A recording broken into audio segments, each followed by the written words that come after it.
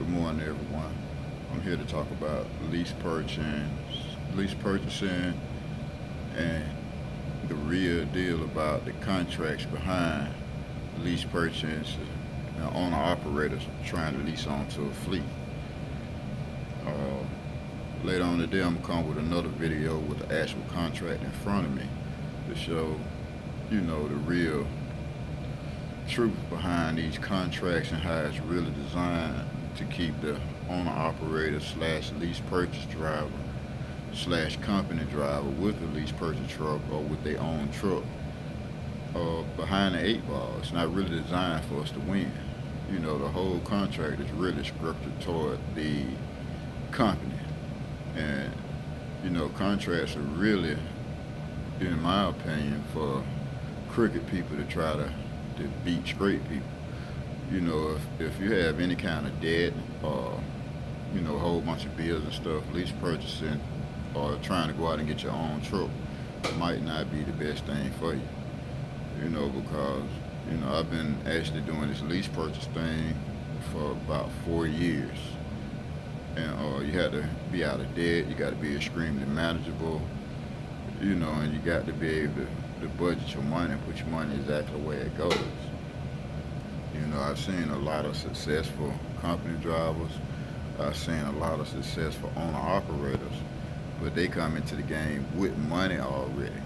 So if you get into this game thinking that, you'll come in and ain't got no money, you in debt, and get you a truck or two, three trucks, and you'll be able to get out of debt, you could possibly do it, but that hasn't been my experience. Because they really make it a little more difficult for us, to succeed. Like I stated earlier, I'm going to actually do another video with an actual contract in front of me. I'm going to show you some of my maintenance I've actually done on my truck. I've had my own truck over 2 years, like 2.5 years. I got like 6 more months and I'll be through paying on it. But I don't know, it's just complicated.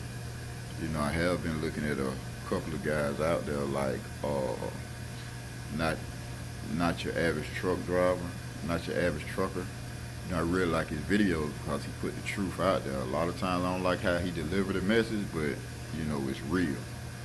And that sort of motivated me to try to get myself in a position where I can get out and become a real owner operator instead of a company driver leased on with your own truck.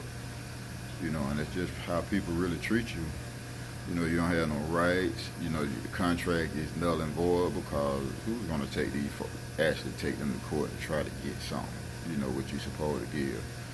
Like the company that I'm with now, I'm still just a company driver with my own truck.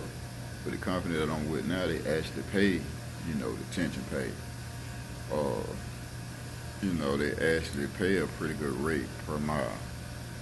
But they got some other things that I don't like that goes on with them. Like they charge them for parking and park on their own lot. Or they charge, give you a fuel card, $12 a month. And all this stuff with no discounts.